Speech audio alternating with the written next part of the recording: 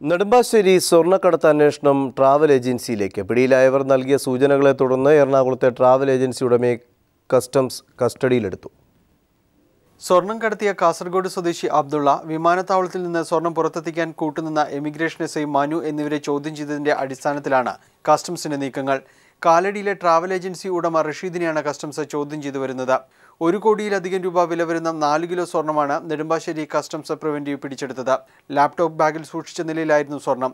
Customs commissioner doctor KN Raghavan CCTV video footage നോക്കിയപ്പോൾ ഇദ്ദേഹം ഇങ്ങനെ സ്വർണം വയ്ക്കുന്നുണ്ട്, സ്വർണ്ണം അടങ്ങിയ ബാഗ് വയ്ക്കുന്നുണ്ട്. ആ ബാഗ് ഒരു ഇമിഗ്രേഷനിൽ ഒരു ഉദ്യോഗസ്ഥൻ എടുത്തുകൊണ്ട് പോകുന്നതായിട്ടാണ് കണ്ടത്.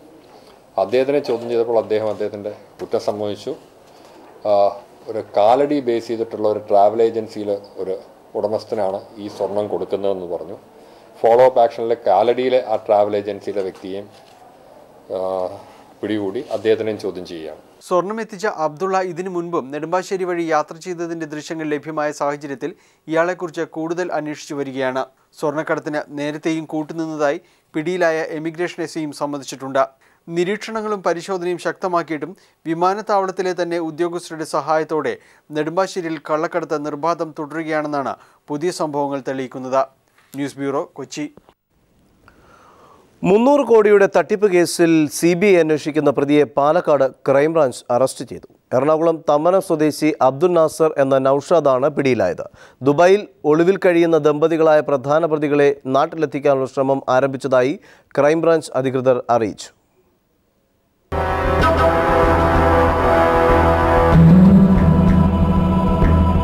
കാസർകോട്ടെ CV ഗ്ലോബൽ നിക്ഷേപ തട്ടിപ്പ് കേസുകളിൽ CBI അന്വേഷിക്കുന്ന പ്രതിയാണ് അറസ്റ്റിലായ അബ്ദുൽ നാസർ. പാലക്കാട് ക്രൈംബ്രാഞ്ച് സാമ്പത്തിക കുറ്റകൃത്യ വിഭാഗമാണ് ഇയാളെ പിടികൂടിയത്. കാസർഗോഡ് ആസ്ഥാനമായി CV ഗ്ലോബൽ ട്രേഡ് സൊല്യൂഷൻസ് എന്ന സ്ഥാപനം തുടങ്ങി സംസ്ഥാനത്തിന്റെ വിവിധ ഭാഗങ്ങളിൽ നിന്ന് 300 കോടി തട്ടിയ കേസിലെ 3ാം പ്രതിയാണ് ഇയാൾ. തൃക്കാക്കരയിലുള്ള വാടക വീട്ടിൽ നിന്ന് DYSP AS രാജുവിന്റെ നേതൃത്വത്തിലുള്ള സംഘമാണ് ഇയാളെ പിടികൂടിയത്. ഗ്ലോബൽ ട്രേഡ് സൊല്യൂഷൻസ് എന്നൊരു കമ്പനി. ഇതിൽ പ്രധാന പ്രതി 1ാം പ്രതി CV സാദിഖ്, പിന്നെ നൌഷാദ് സാദിഖിന്റെ. ഈ 2 പേരെ അറസ്റ്റ് ചെയ്യാൻ ഇവര് ഗൾഫിൽ UAE-ലാണുള്ളത്. അൽബാറാദും കസബും ഇസ്മായിലും CSTയിൽ 52 പേരെ ഔദ്യോഗിക 109 പേർ.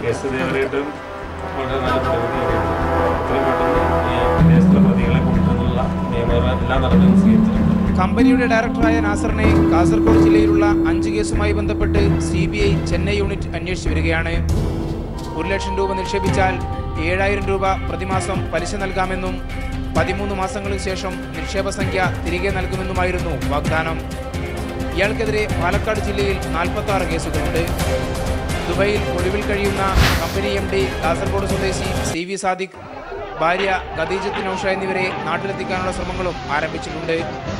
കേസിലെ മറ്റു 2 പ്രതികളായ കണ്ണൂർ സ്വദേശി സജി വർഗീസ്, മാനന്തവാടി സ്വദേശി സുധീർ എന്നിവർക്കായുള്ള അന്വേഷണവും തുടരുകയാണ്. News bureau, Palakkad. P. Krishnapillai സ്മാരകം ആക്രമിച്ച കേസിലെ പ്രതികളെ ക്രൈംബ്രാഞ്ച് സംഘം സംഭവസ്ഥലത്തെത്തിച്ച് തെളിവെടുത്തു. നിരപരാധികളെയാണ് കുടുക്കിയതെന്ന് ആരോപിച്ച് പൗരസമിതി പ്രവർത്തകരും പ്രതികളുടെ ബന്ധുക്കളും വാമൂടിക്കെട്ടി പ്രതിഷേധിച്ചു. കനത്ത സുരക്ഷയിലാണ് തെളിവെടുപ്പ് നടന്നത്. ഹൈക്കോടതിയുടെ നിർദ്ദേശപ്രകാരം കഴിഞ്ഞ ദിവസമാണ് കൃഷ്ണപിള്ള സ്മാരക കേസിലെ പ്രതികൾ തൃശ്ശൂരിൽ കീഴടങ്ങിയത്. ഇവരെ തെളിവെടുപ്പുകൾക്കായി 4 ദിവസത്തേക്കാണ് ആലപ്പുഴ CJM കോടതി ക്രൈംബ്രാഞ്ച് കസ്റ്റഡിയിൽ വിട്ടത്. കൂടുതൽ ചോദ്യം ചെയ്യലിന് ശേഷമാണ് ഇവരെ വ്യാഴാഴ്ച ഉച്ചയോടെ മുഹമ്മയിലെ കൃഷ്ണപിള്ള സ്മാരകത്തിൽ എത്തിച്ചത്. പോലീസ് നിരപരാധികളെയാണ് കുടുക്കിയതെന്നാരോപിച്ച് പൗരസമിതി പ്രവർത്തകരും പ്രതികളുടെ ബന്ധുക്കളും വായ്മൂടിക്കെട്ടി സംഭവസ്ഥലത്ത് പ്രതിഷേധം രേഖപ്പെടുത്തിയിരുന്നു. P. സാബു, ദീപു, രാജേഷ് രാജൻ, പ്രമോദ് എന്നിവരെയാണ് സ്മാരകത്തിലെത്തിച്ചത്.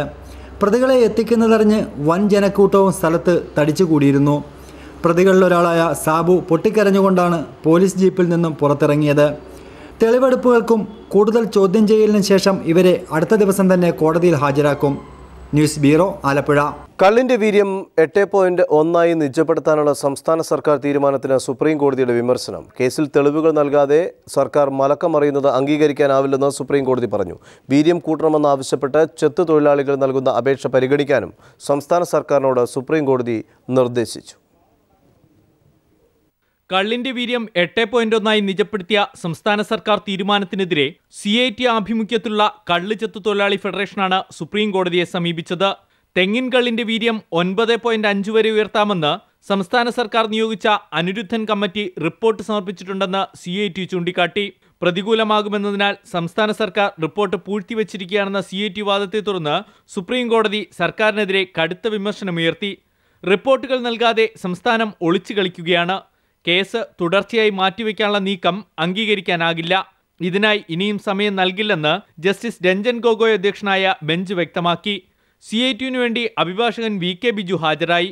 ഈ എക്സ്പെർട്ട് കമ്മിറ്റി റിപ്പോർട്ട് സംസ്ഥാന സർക്കാരിന് ലഭിച്ചിരുന്നു എങ്കിൽ കൂടിയും ഇതിനകത്തുള്ള കണ്ടൻസ് നൂറുകണക്കിന് ഇതുമായി ഉപജീവനം നടത്തുന്ന ഷാപ്പ് കോൺട്രാക്ടേഴ്സ് അതുപോലെ തന്നെ ടോഡി ടാപ്പേഴ്സ് ആളുകൾക്ക് അനുകൂലമാണ് എന്ന് കണ്ടെത്തിക്കൊണ്ട് അത് പുറത്തുവിടാതെ വെക്കുകയും പലതവണ സുപ്രീം കോടതിയിൽ ഇതുമായി ബന്ധപ്പെട്ട് അഡ്ജേൺമെൻറ്റ് വാങ്ങുകയും സംസ്ഥാന സർക്കാർ കേസ് മനഃപൂർവ്വം വലിച്ചിഴക്കുകയാണ് എന്ന് കുറ്റപ്പെടുത്തുകയും ചെയ്തുകൊണ്ടാണ് ഈ പറയപ്പെടുന്ന ഒരു ഓർഡറിലേക്ക് കോടതി എത്തിച്ചേർന്നിട്ടുള്ളത്. കള്ളിന്റെ വീര്യം കുറയ്ക്കണമെന്നാവശ്യപ്പെട്ട് കേന്ദ്ര സർക്കാർ സ്ഥാപനമായ ബ്യൂറോ ഓഫ് ഇന്ത്യൻ സ്റ്റാൻഡേർഡ്സിന് കത്തെഴുതിയിട്ടുണ്ടെന്ന് സംസ്ഥാനം വാദിച്ചു. ഇതേ തുടർന്ന് തെളിവ് ഹാജരാക്കാൻ ബെഞ്ച് ആവശ്യപ്പെട്ടെങ്കിലും അതിന് സംസ്ഥാനത്തിന് കഴിഞ്ഞില്ല. ഇതും വിമർശനത്തിനിടയാക്കി. കേരള സർക്കാർ എന്തെങ്കിലും ആശയവിനിമയം നടത്തിയിട്ടുണ്ടെങ്കിൽ അത് ഹാജരാക്കാൻ ബ്യൂറോ ഓഫ് ഇന്ത്യൻ സ്റ്റാൻഡേർഡ്സിനോട് സുപ്രീം കോടതി ആവശ്യപ്പെട്ടു. കള്ളിന്റെ വീര്യത്തിൽ സംസ്ഥാന സർക്കാരിന് മെമ്മോറാണ്ടം നൽകാൻ ചെത്തുതൊഴിലാളി ഫെഡറേഷനോട് ആവശ്യപ്പെട്ടു. ഇവരുടെ അപേക്ഷ പരിഗണിക്കാനും സംസ്ഥാനത്തിന് സുപ്രീം കോടതി നിർദ്ദേശം നൽകിയിട്ടുണ്ട്. News bureau, Delhi.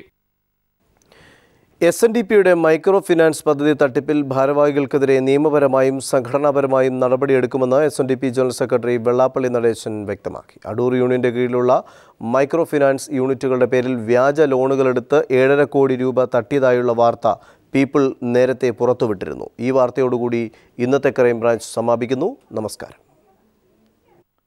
പത്തനംതിട്ടയിലെ അടൂർ SNDP യൂണിയനെതിരെയാണ് 7.5 കോടി രൂപയുടെ അഴിമതി ആരോപണം ഉയർന്നത്.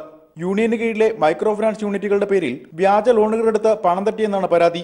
2012 ജൂൺ മാസത്തിൽ അടൂർ യൂണിയന്റെ മുൻ ഭരണസമിതി അധികാരത്തിലിരുന്നപ്പോഴാണ് തട്ടിപ്പ് നടന്നത്. യൂണിയന് കീഴിലുള്ള 66 ശാഖകളിലായി പ്രവർത്തിക്കുന്ന 256 മൈക്രോ ഫിനാൻസ് യൂണിറ്റുകൾക്ക് വായ്പയെടുത്ത് നൽകാമെന്നും 3 ലക്ഷം രൂപ വീതം എല്ലാ യൂണിറ്റുകൾക്കും ലഭ്യമാക്കാമെന്നായിരുന്നു ധാരണ. ഇതുപ്രകാരം വായ്പ ആവശ്യമുള്ള യൂണിറ്റുകൾ അപേക്ഷ സമർപ്പിച്ചു. എന്നാൽ യൂണിയൻ ഭാരവാഹികളോട് അടുത്തു നിൽക്കുന്ന 75 യൂണിറ്റുകൾക്ക് മാത്രമാണ് തുക ലഭിച്ചത്.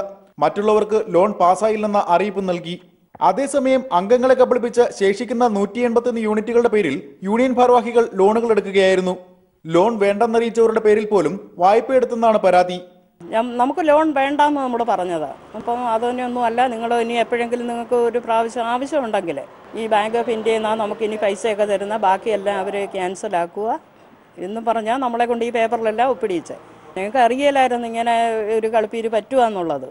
യൂണിയനിൽ നേരത്തെ ഇരുന്ന ഭാരവാഹികൾ ഒപ്പിച്ച പണിയായത്. തട്ടിപ്പിന് ഇരയായ മൈക്രോ ഫിനാൻസ് യൂണിറ്റുകൾ അടൂർ വടക്കേടത്തുകാവ് ശാഖയുടെ നേതൃത്വത്തിൽ പോലീസിൽ പരാതി നൽകിയിരുന്നു. എന്നാൽ യാതൊരു നടപടിയും ഉണ്ടായില്ല. പണമടയ്ക്കാതെ റവന്യൂ റിക്കവറി നേരിടേണ്ടി വന്ന യൂണിറ്റ് അംഗങ്ങൾ ഹൈക്കോടതിയെ സമീപിച്ചു. റിക്കവറി നടപടികൾ കോടതി 1 മാസത്തേക്ക് സ്റ്റേ ചെയ്തിരിക്കുകയാണ്. മൈക്രോ ഫിനാൻസ് സംരക്ഷണ സമിതി രൂപീകരിച്ച് നിയമ നടപടികളുമായി മുമ്പോട്ടു പോകാനുള്ള ഒരുക്കത്തിലാണ് അംഗങ്ങൾ. ക്യാമറാമാൻ ജയപ്രകാശിനൊപ്പം Diljith CG, news bureau, Pathanamthitta.